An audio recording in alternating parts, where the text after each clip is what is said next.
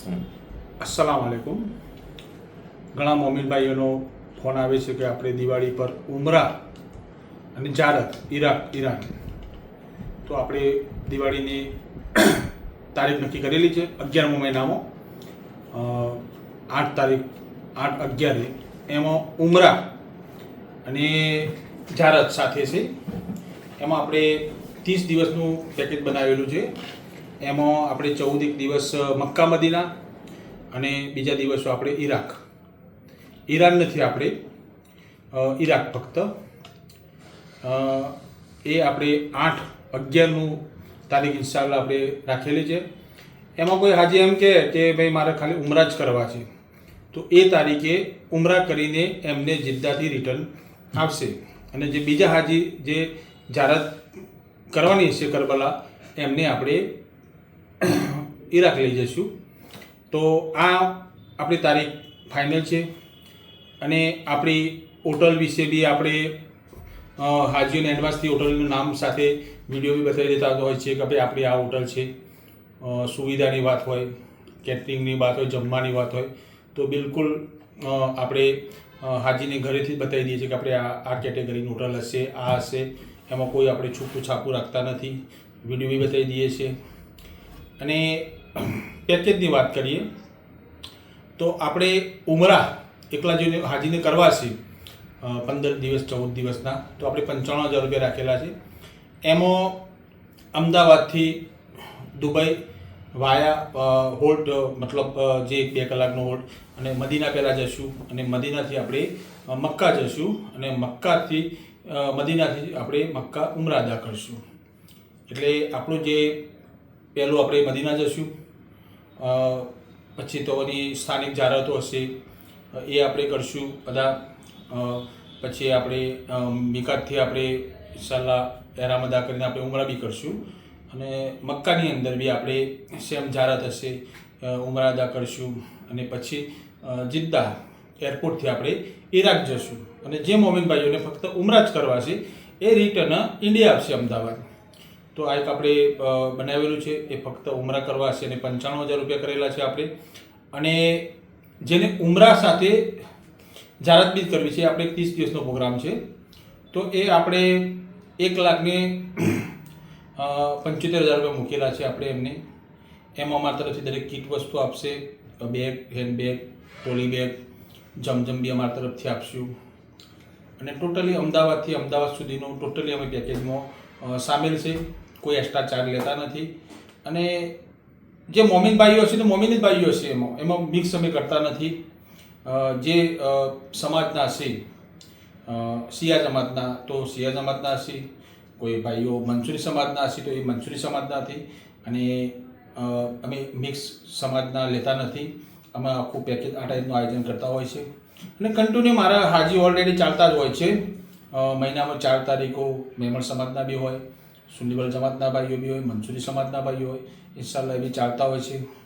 એટલે થોડું કન્ફ્યુઝ હોય કોઈ નહીં કે આબિદભાઈ જે ટૂર લઈને ગયા છે તેમાં મિક્સ હોય તો મજા નથી આવતી, પણ બેફિકર રહેશું આપણે જે સમાજના હશે એ જ સમાજના આપણે હાજી 20 હોય, 25 હોય, 30 હોય, 40 હોય એ જ લઈ દઈએ છીએ આપણે મિક્સ કદાચ કોઈ કન્ફ્યુઝ હશે તો આપણે કરતા નથી મિક્સ।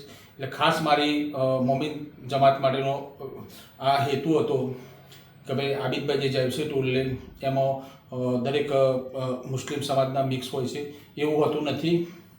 ફર્સ્ટ જે સમાજ હશે જાત મારા હાજી હોય છે, ભલે 15 હાજી કેમ હોતા નહીં કે 20 હાજી કેમ હોતા નથી, અને ઓનલી વન સુન્નીવલ જમાતના હાજી હશે તો એમના જ હાજી હશે, ભલે 15 કે 20 25 એ હાજી અમારા એ ટાઈપનો અમે પેકેજ બનાવતા હોય છે। અને વાત રહી હિદાયત બાબતે મૌલી સાહેબની બાબત તો સિયા જાફરીના મૌલી સાહેબ આપણી સાથે રાખીએ છીએ પઢાવવા માટે, એમાં બી કોઈ કન્ફ્યુઝ નથી। અને થોડી ભાવની રિક્વેસ્ટ આવે છે, ઘણા મમ્મીનો માટે પણ મેસેજ આવે છે કે આબિદભાઈ તમે તમારું જે પેકેજ બહાર પાડો છો તમે કોઈ 85,000 રૂપિયાનું બહાર પાડો છો, કોઈ 90,000નું બહાર પાડો છો, તો એમાં એવી કન્ફ્યુઝ કદાચ આજે હું તમને દૂર કરી શકું છું। તો એનો મેન હેતુ મારો કે જે અમે એડવાન્સ હું બીજી બે કંપની જોડે જોઈન્ટમાં છું, અમે સાથે કામ કરીએ છીએ. તો અમે શું કર્યું, તો પોતાનું કેટરિંગ બી અમે પોતાનું કરી દીધેલું, મદીના બી, મક્કામાં બી, અને હોટલ બી અમે એક વર્ષ માટે કોન્ટ્રાક્ટ બેઝ ઉપર બી લઈ લેતા હોય છે. તો એના કારણે પ્રાઇઝની વાત કરીએ તો ઇકોનોમી આપને બે ખ્યાલ હશે કે આપણે પહેલાં મદીના જઈએ તો એ પ્લેનનું ટિકિટમાં બી વેરિએશન આવતું હોય છે, થોડું વધારે થતા હોય છે. અને બીજા જે મારા હાજી હોય, દાખલા તરીકે મંસૂરી સમાજના હોય, તો એ લોકોને હું અમદાવાદથી સીધા જિદ્દા લઈ જાઉં છું, અને જિદ્દાથી મક્કા એટલે પહેલાં ઉમરા થાય છે, અને એરપોર્ટથી હું એમને એરામ અદા કરાવડાવું છું. તો એ અમે ટિકિટનું રેસ અમારો ઓછો આવે છે. અને શિયા મમ્મી મદીનામાં પહેલું જવાનું, એટલે કેરી આવતી હોય છે. ઘણા મમ્મીનો પ્રશ્ન હોય છે કે કે તમારે આટલા તમે પોસ્ટર લોન્ચ કરો છો, તો હા, નો ડાઉટ હું પોસ્ટર લોન્ચ કરું છું. મહિનાના મારા 4-5 તારીખો અલગ અલગ હોય છે, દરેક મુસ્લિમ માટે હોય છે. એમાં ટિકિટની વાત કરીએ તો અલગ અલગ ટાઈમ અલગ અલગ રેટ હોય છે. એનું કારણ છે કે કઈ ટિકિટ મને થોડી સસ્તી મળે તો હું થોડું નીચો કરું છું. દાખલા તરીકે દિવાળી સિઝન આવે તો દિવાળી ટિકિટમાં તમને ખ્યાલ આવશે કે હોટલ હોય કે પ્લેન હોય એ મોંઘી થાય, એના હિસાબે કેરી આવતી હોય છે ભાવની. બાકી સુવિધાઓ તમે કોઈ એમાં કોમ્પ્રોમાઇઝ કરતા નથી. જમવામાં હોય અથવા જાહેરાતો કરાવવામાં હોય, અને હાજીની ટોટલી જિમ્મેદારી લેતા હોય છે અમદાવાદથી અમદાવાદ સુધી. અને અમે કોઈ છૂપો ચાર્જ લેતા નથી કે ભાઈ ચાલો તો જાય એટલે તમારે ભાઈ આ જાહેરાતના મને અલગથી પૈસા આપો, આ જાહેરાતના મને અલગથી પૈસા આપો, એવું તો અમે કંઈ એક્સ્ટ્રા લેતા નથી. આ વિડીયો બનાવવાનો હેતુ કે જે મારા મિત્રો મને મેસેજ કરે છે, મિત્રો હોય કે મારા રિશ્તેદારો હોય કે તમે આ ટાઈપનું કેમ બજેટમાં કેમ આટલો ડિફરન્ટ આવે છે, તો ડિફરન્ટ આ ટાઈપે આવે છે કે કોમ્યુનિટી એક સમાજથી જે સમાજ હોય એ સમાજના પ્રમાણે આપણે રૂલ્સ પ્રમાણે ફોલો કરતા હોય છે. તો એ પ્રમાણે એ રૂલ્સ એ પ્રમાણે કરતા હોય તો એનું ક્વોન્ટિટી નીચું આવતું હોય છે. અને કદાચ આપણે આપણા સમાજથી લેવાતા હોય તો એનું થોડું ઓછું હોય છે. બીજું કે આપણે જનરલી કોઈ બી વસ્તુ હોય તો સમાજના વિરુદ્ધ ના થાય. જનરલી કોઈ બી વસ્તુ હોય આપણે જે સમાજનું જે બંધારણ એ પ્રમાણે આયોજન કરવું પડતું હોય છે. એટલે કન્ફ્યુઝ કોઈ દૂર હશે અને કોઈ મારાથી કોઈ ભૂલ થઈ જાય છે તો મને પર્સનલ મેસેજ કરજો અમારા વિડીયો જોઈને.